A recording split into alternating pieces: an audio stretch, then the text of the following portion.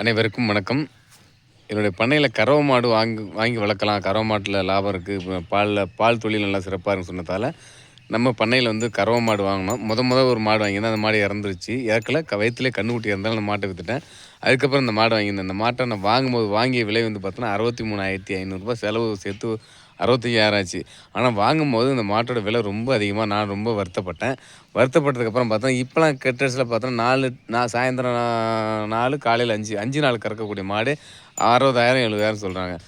இதில என்ன காரணம் பார்த்தோன்னா, மாட்டோட விலை ஜாஸ்தியா ஏறி போனதுக்கு காரணம் என்னன்னு பார்த்தோன்னா, அதிகப்படியா ஏறுனதுக்கு காரணம் பார்த்தோன்னா, எல்லாருமே விவசாயத்த விட ஏதாவது சைடுல அதாவது உபத்தொழில் ஏதாவது செஞ்சு பொழைச்சுக்கலாம் அப்படிங்கிறதுனால, நெறைய பேர் வந்து பால் மாடு வாங்கி வளர்க்க ஆரம்பிச்சுட்டாங்க. அந்த ஒரு காரணத்தால மாட்டோட விலை ஏறி போச்சு. மாட்டோட விலை ஏறி போச்சே தவிர, ஆனா பால் விலைலாம் பெருசா ஏறலங்க. எப்போதும் குடுக்கக்கூடிய அதே ரூ. 33 தான்.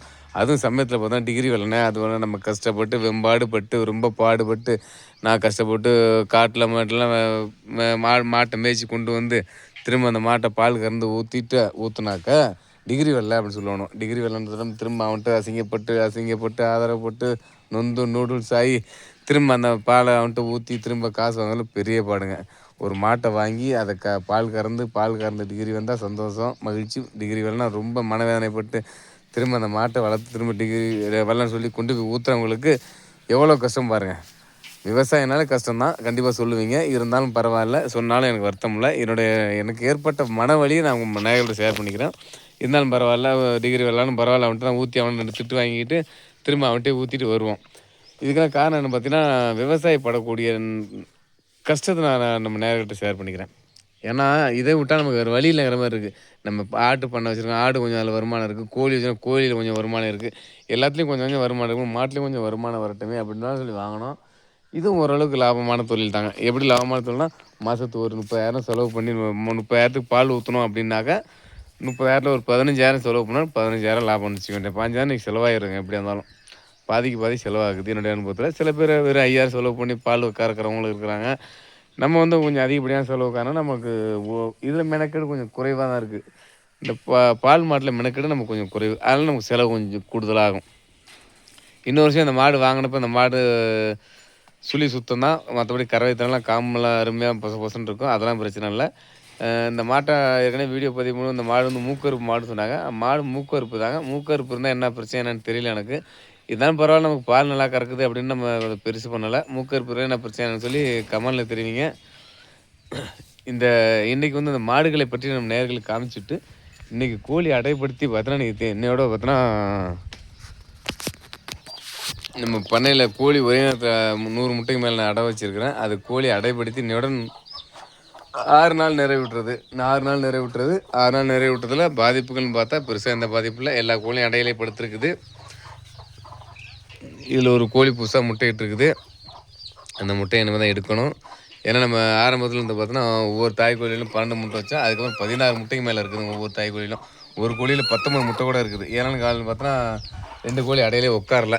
அதனால மொத்தம் இதிலே 8 கூண்டு வச்சிருக்கோம். 8 கூண்டுல 4 கோழி அடையில உட்காரல. 2 கோழி வந்து எங்க முட்டை இட்டுது அங்கேயே அடையில உட்காந்துச்சு. 2 கோழி அடையில படுக்கவே இல்ல. அதில அந்த 2 கோழி எங்க முட்டை இட்டுச்சு அங்கேயே அடைப்படுத்திட்டேன். பாக்கி வந்து இங்க இருக்கிறது பார்த்தோன்னா, சரியா சொன்னா 1, 2, 3, 4 கோழி தான் இங்க அடையில இருக்குது. அங்க 2 கோழி மொத்தம் 6 கோழி தான் இருக்குது.